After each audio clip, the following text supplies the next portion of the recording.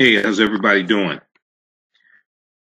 Hey, this is Michael Imhotep, host of the African History Network show, founder of the African History Network.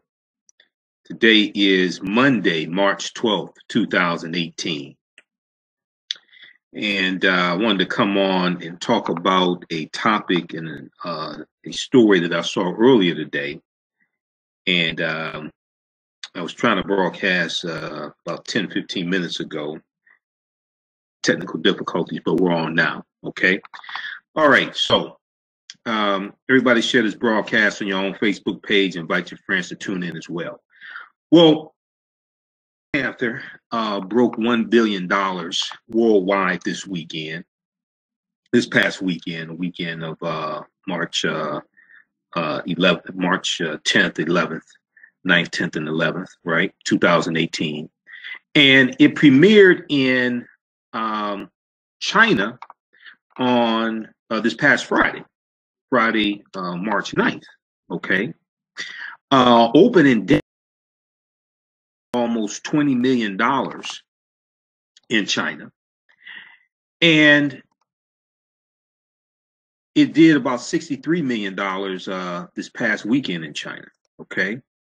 But you have reporting coming from QZ.com, and AtlantaBlackStar.com picked up the article also. And this deals with how a lot of people in China who saw the film, a lot of people are saying that the film is too black, okay, because of the predominantly African-American cast in the film. With a film like Black Panther, I mean, with a name like Black Panther, what would you expect, though, right? I mean, you would expect it to be predominantly African-American cast, okay? So I want to talk about that some, and then also I'll tell you some about the online lecture I'm going to do March 24th, dealing with the film Black Panther and analysis of the film Black Panther. We'll talk some about that as well, okay?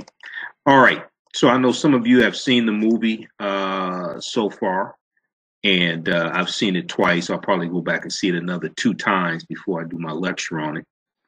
But when periodically we'll hear stories about racism in China. Okay, I know there was an article from AtlantaBlackStar.com that I talked about last year, I think it was, and this dealt with a detergent commercial in China. And this was a detergent commercial where detergent was used on an African-American person, a person of African descent, and it turned them white. Right. So China has a history of racism towards African Americans. But QZ.com has an article about this, and AtlantaBlack.com picked it up as well.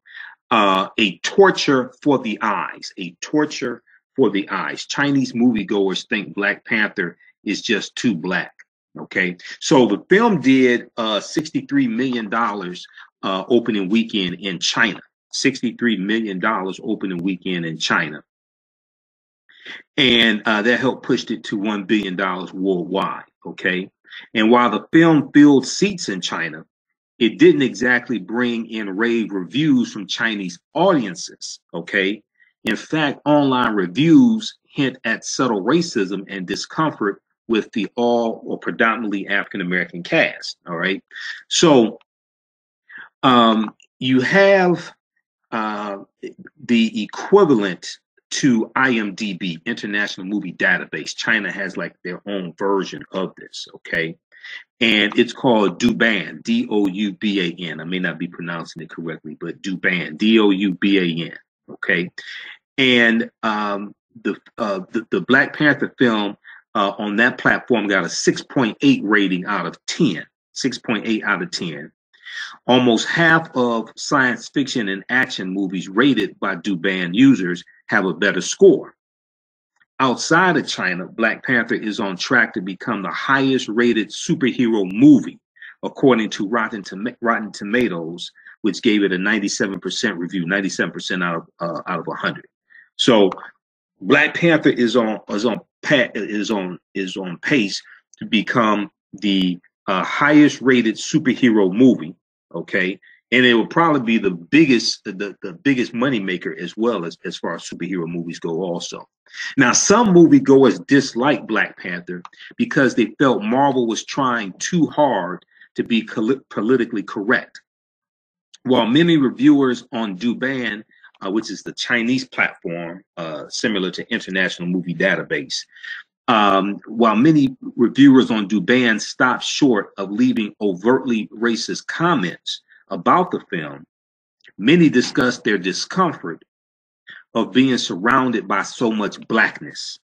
Now, if you heard my show last night, and you know I do radio here in Detroit. I'm on 9:10 a.m. the Superstation WFDF. I'm on every Sunday, 9 p.m. to 11 p.m. Eastern Standard Time. One of the things I talked about is how when you look at marketing African American movies around the world, one of the drawbacks that Hollywood gives is that these movies don't do well overseas.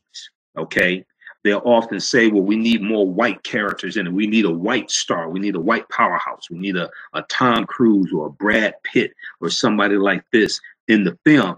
So it sells well. It plays well overseas. Okay. There was an article from Huffington Post Black Voices that dealt with this. It dealt with the film Black Panther doing $1 billion worldwide. And it talked about how the superhero film challenges the Hollywood myth that movies with predominantly black casts don't travel. Okay. And if you see interviews with African American filmmakers, whether it's a Tyler Perry, whether it's a Will Packard or something like that. I just saw an interview Will Packard did on Sister Circle Live on TV1. I think he was on last week. And he talks about how hard it is to get an African American movie made. You have an African American director, a script writer, predominantly African American cast. He talks about how hard it is to get that movie made, to get it financed properly. He was talking about the film Girls Trip. Okay, it did $100 million at the box office. Now, I'm happy for Jada Pinkett Smith and Queen Latifah and Tiffany Haddish and Regina Hall, but that was a movie full of vulgarities and unfortunately a lot of ignorance for our people. It should clear it up. Okay, sounds like it cleared it up. Okay. So share this broadcast on your own Facebook page. Invite your friends to tune in. All right. Okay. So please share this on Facebook. All right. Okay, let's continue.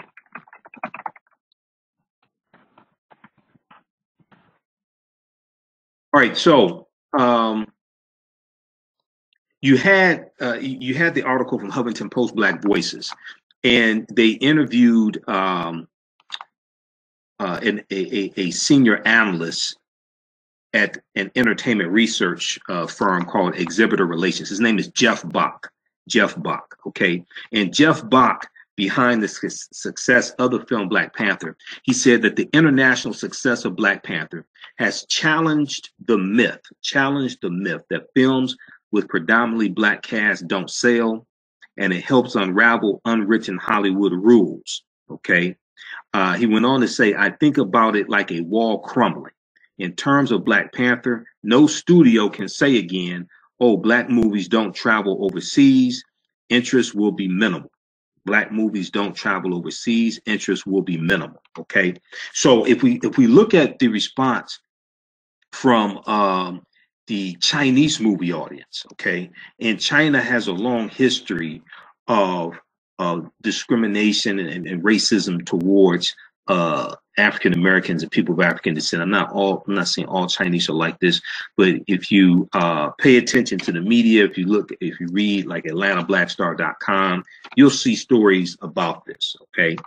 All right. And then I just posted the information there on the thread of the broadcast about the online course that I teach, and that we have a 6-course bundle pack dealing with the online courses that I teach. as well. We'll talk about that some also. You can also go to AfricanHistoryNetwork.com, AfricanHistoryNetwork.com. The information is there as well. Okay, so some moviegoers in China this past weekend, the film opened up. It did $63 million over the 3-day weekend. Okay, now some moviegoers disliked Black Panther because they felt Marvel was trying too hard to be politically correct.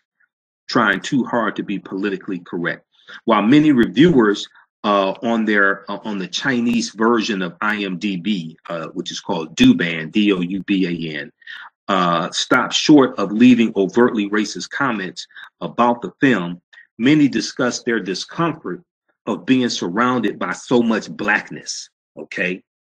Now, one reviewer on Douban, and moviegoers can go write reviews of films. Okay. One moviegoer on this Chinese platform said, quote, maybe the Chinese are still not used to a film full of Black people, end quote. Maybe the Chinese are still not used to a film full of Black people. Okay. Now, the commenter said he had to pinch himself more than 10 times to stay awake during the movie because Black Panther is Black. All the major characters are Black. A lot of scenes are Black. The car chasing scene is Black. The blackness has really made me drowsy. This is one of the comments on this Chinese platform. Another reviewer who came into the theater late made a similar observation. Quote, when I entered the theater, a bunch of Black people was fighting in the night. I've never been in a theater so dark that I could not find my seat, end quote. I've never been in a theater so dark that I could not find my seat. Now, someone else said on this Chinese platform that the experience was worse in 3D. Now, I've seen the movie twice. First time I saw it was in 3D. Second time is in standard format. And I'll probably go see it 1 or 2 more times because I'm teaching an online course on Saturday, March 24th, dealing with the film Black Panther. So we'll talk some about that also. So the film is filled with Black actors and actresses. This is what another reviewer said. Quote, the film is filled with Black actors and actresses. Also because the film's colors are a bit dark. It's nearly a torture for the eyes to watch the film's 3D version in the theater. It's nearly a torture for the eyes to watch the film's 3D version in the theater. So I saw it in 3D. I thought it was fantastic in 3D. I liked seeing all these images of African people, African American people, especially dark skin. You know, I like seeing these dark skinned sisters. I like seeing Angela Bassett, who's brown skinned, not dark skinned. But I like seeing Angela Bassett. I like seeing Lupita Nyong'o. That's a beautiful dark skinned sister. I'm not saying dark skin is a qualifier. I'm saying dark skin because I like chocolate. That sister's dark skinned and she's beautiful. Okay, but when you have been influenced by Europeans, right? And you've been taught to associate dark skin with something being evil, something being undesirable, something being dirty, okay? Then that affects your subconscious and that impacts how you see things, the cultural paradigm with which you see reality through. So the article from QZ.com from Quartz goes on to say it's yet another reminder of China's limited exposure to race. Last month, in the annual Lunar New Year TV Gala by China's state broadcaster CCTV, producers had a Chinese actress in blackface and cast a Black actor to play a monkey. They had a Chinese actress in blackface, okay, and they cast a Black actor to play a monkey. All right, so this was last month. This was February 2018 in the annual Lunar New Year TV Gala by China's state broadcaster CCTV. Okay. Now in last October, a Chinese museum hosted an exhibition titled "This is Africa." This is Africa. In this exhibition juxtaposed images of Black people to animals, monkeys and cheetahs.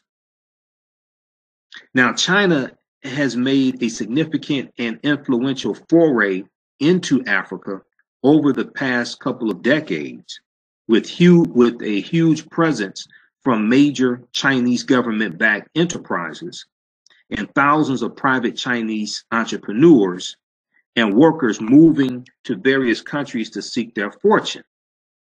This is like the scramble for Africa all over again. Now, the interaction has, for the most part, been amicable and usually seen as mutually beneficial, but there have also been notable moments of cultural and racial tension in some countries. Okay, now I'm not sure how amicable they've been in Africa, because I've seen some stories coming from AtlantaBlackStar.com about the interactions with the Chinese in Africa. Now, still, Black Panther could be a start for Chinese people to learn about Black culture or African culture, argues writer. This argument was made by writer Naysayers Davis on Shanghai-based digital publication called Sixth Tone, SIXTH, Sixth Tone.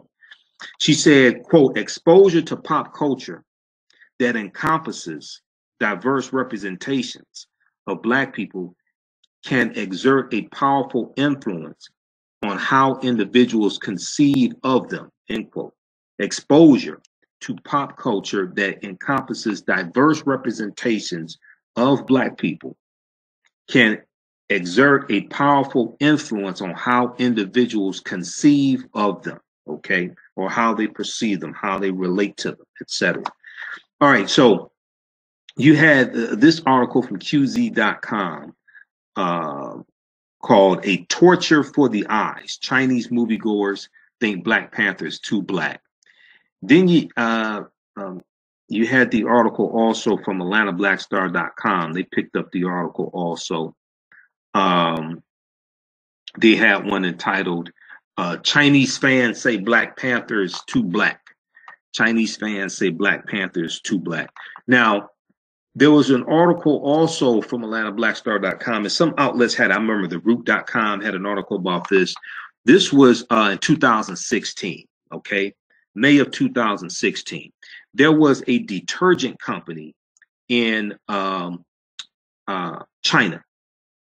and they had this commercial where the I think they had like a man of African descent, and he washes with the detergent and he becomes white. Okay, so there was a follow-up article to this from AtlantaBlackStar.com called "Owner of Detergent Company in Racist Commercial Sidesteps Controversy." Quote, "I didn't really pay much attention," end quote. This is from May 27, 2016, from AtlantaBlackStar.com. This just gives you, when you see things like this, when you see commercials like this, right? When you see commercials like this, etc., that gives you some insight into the way these people think. So it says, after a Chinese laundry detergent commercial depicting an Asian woman throwing a Black man into the washing machine and emerging as a Chinese man. Oh, that's right. He came out as a Chinese man. That's right. He came out as a Chinese man. I think there was one commercial where somebody was washed and they came out white, but this one here, he was a Black man at first, and then she throws him into the washer, and then he comes out as a Chinese man. All right. So after this commercial made the rounds, the internet was outraged. Users on Chinese social media, on the Chinese social media website Weibo, W-E-I-B-O, expressed their surprise. One comment said, quote, "My God, don't Chinese marketing people get an education about race," end quote. With some of your comments here, and then I posted the link there for the courses that I teach also. It says register here. And we also have it at our website, AfricanHistoryNetwork.com, AfricanHistoryNetwork.com as well. All right, let's look at this here. Also, I forgot to tell you, be sure to sign up for our email newsletter. Okay, I send one out pretty much each day. We send it out 4 or 5 times a week. We have news articles in there, information about my podcast, information about my radio shows. So text the word Kemet, Kemet, to 22828 to sign up for our email newsletter. Text the word Kemet, Kemet, to 22828 to sign up for our email newsletter. Okay, so you'll get that information from us each day. All right, Cortez says China don't like black movies. Please quit listening to our rap and trying to imitate culture.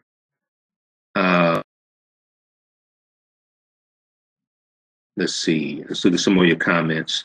Naya said it doesn't matter what anyone thinks. It's time for the black race to rise up and possess their God-given gift. No more slavery. Let's see. Kenny Bay said China is piggybacking like Europe, Romans and Greeks, so-called Arabs and Chinese ship owners seek fortune. Okay, seek fortune. All right. Let me look at some more of your comments here. Anthony said Jeff Sessions is watching. Veta said so an all-black movie is stirring up all the negativities, while we have been seeing Asian movies for decades, fighting whites with the great kung fu and karate moves. Okay, yeah, I remember watching Jackie Chan movies in the late 1980s, before most people knew who Jackie Chan was. And I remember in Black Belt magazine, like in 1989, they had pictures of Jackie Chan. They had posters of Jackie Chan. Okay, in Black Belt magazine. Okay, because Jackie Chan was actually making movies going back to like the mid to late 1970s. He was making movies, all right, in Hong Kong. A lot of people in the U.S. just didn't know about him. Okay, so, all right, so we have that story here. So, this past weekend, history was made. Black Panther was #1 once again. You can go to Box Office Mojo, if you want to see the box office receipts, see the how much money a movie made, which movie came in #1, #2. So Black Panther came in #1. It did about $41 million, I think. And then #2 was A Wrinkle in Time. A Wrinkle did about 35 million. I'm pulling it up right now. Did about 35 million. But you had so the #1 movie and the #2 movie were both directed by African American directors. Okay, Ryan Coogler for Black Panther and Ava DuVernay for A Wrinkle in Time. Okay, so Black Panther did $40.8 million this past weekend. It was #1 once again, 4th week in a row. A Wrinkle in Time did $33 million. So this was the debut weekend for A Wrinkle in Time. It came in #2. So that did really well. The #3 movie was Strangers 2. It did 10 million. So you have Black Panther at 40 million, A Wrinkle in Time at 33 million, Strangers 2, 10 million, way behind. Okay. So Ava DuVernay also, now this film, A Wrinkle in Time, this film also has the largest budget for an African American female film director. The largest budget for an African American female film director it's a $100 million budget as well. All right. So for those who like the film Black Panther and want more, Avengers Infinity War debuts next month, August 27th. I'm sorry, April 27th. Next month, April 27th. They moved the date up.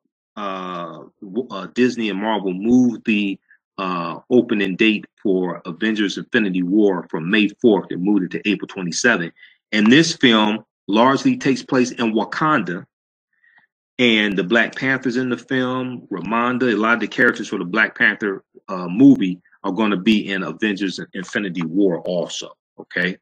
All right. So that's going to be huge. All right. So I'm going to post the information again here. I'm doing a online class Saturday, March 24th. Analyzing the film Black Panther, looking at some different themes, cultural themes, spiritual, dealing with African history, all different types of things like that. Okay. So it'll be an online class on an online platform. It won't be on Facebook Live. I have an online school. So we're going to do it there, and it's 2 p.m. to 4 p.m. Saturday, March 24th. Okay. And I'm going to go to this PowerPoint presentation here. We're posting the information here. So we have a bundle pack for the online courses that I teach. This is a 6-course bundle pack, and it also includes the Black Panther film that I'm doing, the class on the Black Panther film. And the other classes are basically on demand. So as soon as you register, you can start watching those. All right. And it includes ancient Kemet, the Moors, and the Ma'afa, understanding the transatlantic slave trade, what they didn't teach you in school. Okay. And that class is on demand. That is a 7-session, 14-hour online course that I taught. And there's 20 hours of bonus content also. Okay. Ancient Kemet, the Moors, and the Ma'afa, understanding the transatlantic slave trade, what they didn't teach you in school. So we deal with thousands of years of history, thousands of years of African history, African American history. We deal with history chronologically for the most part, and deal with events leading up to the transatlantic slave trade taking place. All right. So a lot of people are excited about the film Black Panther. They've been wearing African attire, going to see it. I've read articles about stores that sell African attire, how they've seen a huge increase in sales, which is something really good, because I see, I see people on social media, especially Facebook, saying, oh, well, the film did, made hundreds of millions of dollars. The American community didn't make anything. That's not true. You have African American businesses, entrepreneurs making money off the film. You may not be one of them, but it doesn't mean that's not happening. Okay. As I've said before, the question I ask people is, how did you position yourself for success? Okay, we knew the movie was coming out, so how did you for all right? So a lot of times, you have these Negro naysayers. You just have people who just want to complain, and I'm convinced you have a group of us, unfortunately, that don't want to see African Americans happy unless they are responsible for that happiness. Okay, you have some of us that just don't want to see African Americans happy also. All right. Okay, so let me flip over to this. I want to show you this quickly here. How's everybody doing? Anthony said we should be aware of what others are saying, but not concentrate on their negativity. We should continue to lift ourselves and build our community. All right, so let me show you this here. So when I do the online presentations, we do a PowerPoint presentation. We have video included, incorporated, things like that. So we have I teach online classes, many of you know, and we have a bundle pack where you get 6 of my online courses for one price. So you get Ancient Kemet, the Moors, and the Ma'afa, understanding the transatlantic slave trade, what they didn't teach you in school. That's a 7-session, 14-hour online course. It's all on demand. You can watch it at your own pace. We deal with thousands of years of history. So it's a lot of information we do it. And then there's 20 hours of bonus content. You also get Great African Women in History, the Mothers of Civilization. Great African Women in History, the Mothers of Civilization. So I deal with some well-known and not so well-known African women in our history in that presentation. That's an online class also. How Richard Nixon's war on drugs was a war on the African-American community. How Richard Nixon's war on drugs was a war on the African-American community. African-American resistance in the era of Donald Trump, voter suppression, reparations, and how elections have consequences.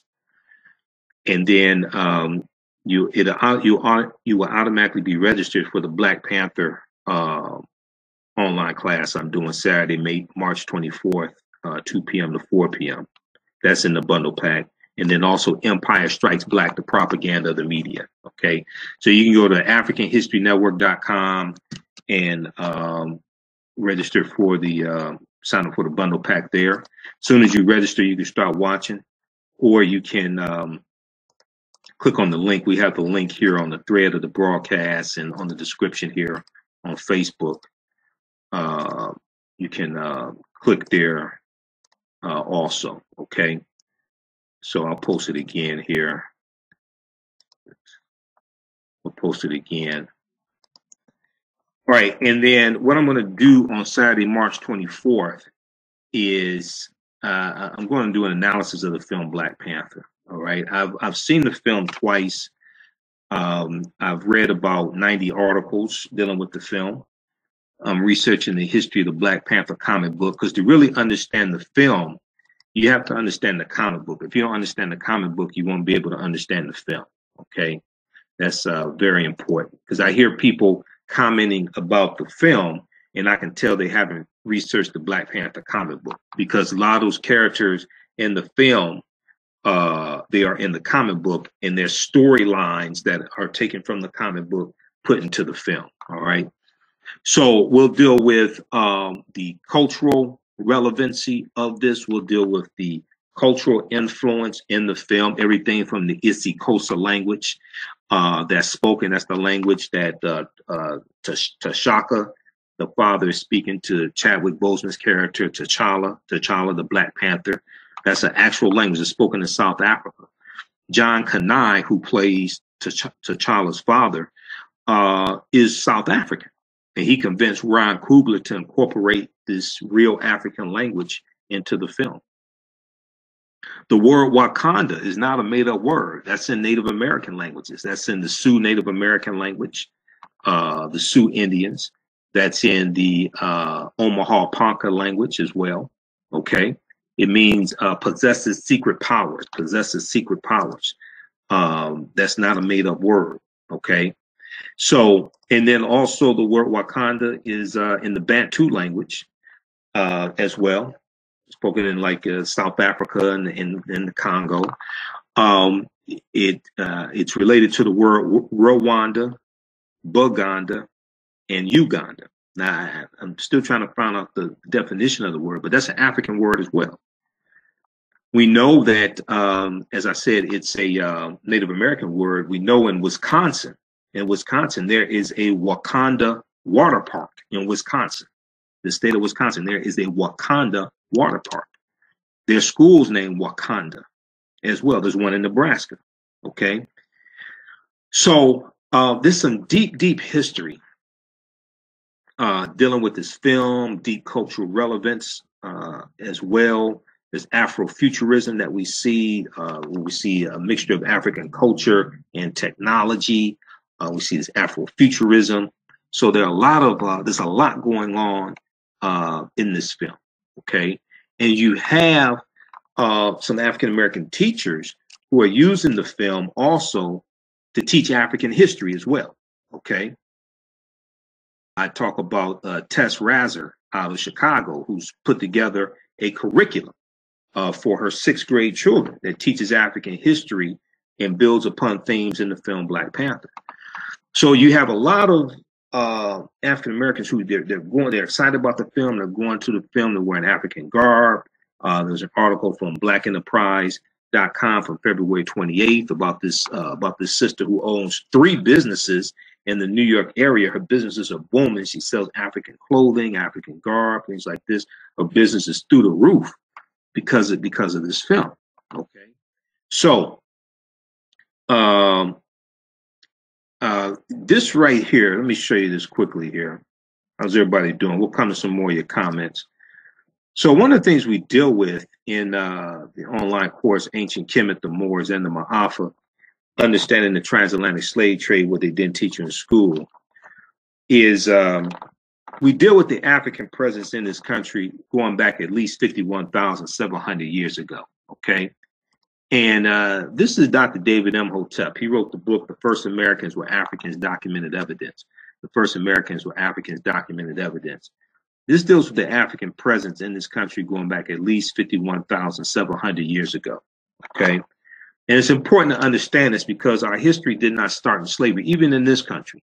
And I hear a lot of people say, you know, we first came here August 20th, 1619, Jamestown, Virginia. That did happen. But African people were here in this land we call the United States of America for tens of thousands of years, okay? And this deals with that African presence. So page 14 of Dr. David Imhotep's book, he deals with evidence found in Allendale County, South Carolina, discovered by Dr. Albert Goodyear. And they found an evidence of an African presence dating back at least 51,700 years ago. So they found artifacts, architecture, campsites, carvings, Egyptian writings, footprints in lava, genetic M174D haploid groups dealing with DNA and genetics, okay? They found linguistics, paintings, skulls, skeletons, structures, and tools. They found 13 different disciplines fairly documenting an African presence in this country we call the United States of America going back at least 51,700 years ago. This is before Native Americans come into existence, okay, by the way. This is before Native Americans come into existence. Because the people who we call the Native Americans, originally these were the offspring of an intermixing of Africans who came to this land, the Khoisan from Southern Africa, at least 51,700 years ago, and Asians who came here around 3000 BC, and they intermixed, and their offspring are who we call Native Americans, okay? So we have to understand that chronology of history. So this is why when I teach about the transatlantic slave trade, when I teach this online course, I don't deal with 500 years of history or 400 years of history or 246 years dealing with enslavement in this country. We got to go back and deal with 50,000 years of history to understand this. And even we go back even further because I deal with a lot of archaeological discoveries as well. Okay, so this article from ScienceDaily.com, which is a scientific journal, ScienceDaily.com. This is from ScienceDaily.com. This is from November 18th, 2004. And name of this article is called New Evidence Puts Man in North America 50,000 Years Ago. New Evidence Puts Man in North America 50,000 years ago. All right. And what this discovery deals with, this is a synopsis of the discovery. Okay. Radiocarbon tests of carbonized plant remains where artifacts were unearthed last May along the Savannah River in Allendale County by University of South Carolina archaeologist Dr. Albert Goodyear indicate that the sediments containing these artifacts are at least 50,000 years old, meaning that humans inhabited North America long before the last ice age, okay? Now, this is not my summary.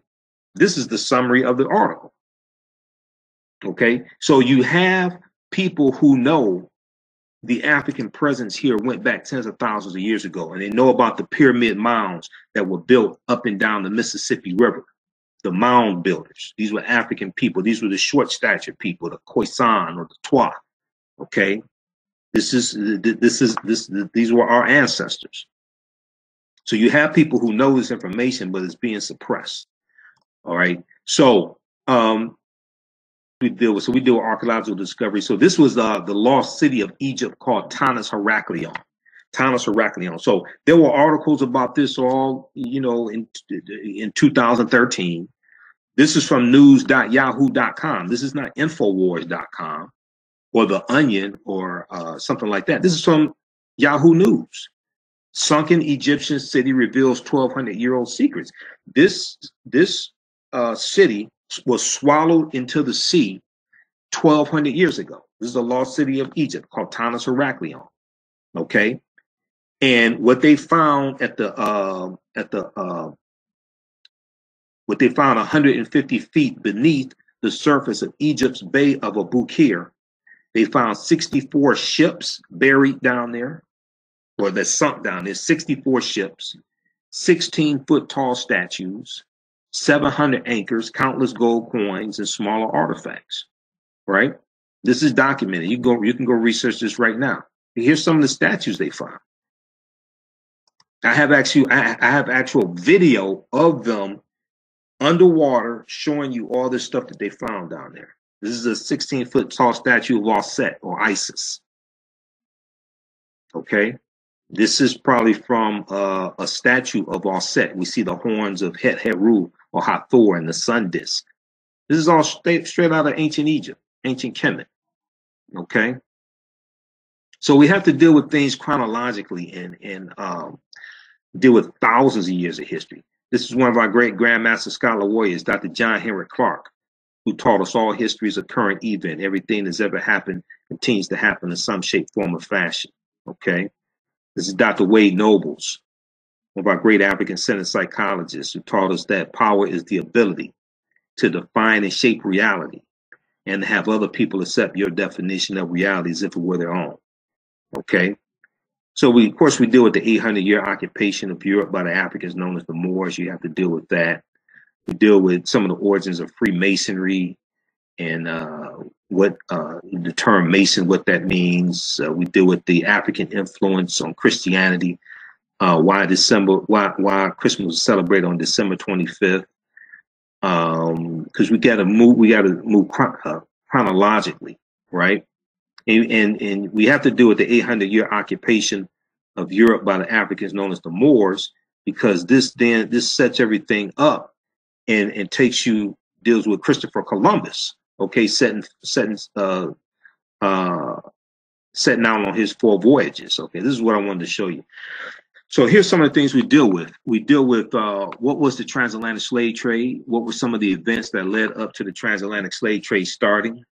What role did Christopher Columbus play? So Columbus first set sail on his 4 voyages, August 3rd, 1492. He set sail on the Nina, the Panther, and the Santa Maria, right? And Columbus helps to lay the foundation for slavery, racism, capitalism, the exploitation of indigenous people, etc. You can't deal with the transatlantic slave trade without dealing with Christopher Columbus in August 3rd, 1492. And it took him about 7 years to convince King Ferdinand and Queen Isabella to finance his voyages. To understand Columbus, you got to deal with the Moors in their 800-year occupation of Europe, and the Moors bringing Europe out of the Dark Ages into the light. Okay? See, this is why you have to deal with it chronologically. Historical events don't happen in a vacuum. They are the culmination of a sequence of historical events that take place. So we have to do with what role did Christopher Columbus play? When did Africans first come to the U.S. as slaves, right? Because the Spanish were taking Africans into the territory we call South Carolina. They were doing that in the 1520s. This is before Jamestown, Virginia, 1619. This is about 100 years before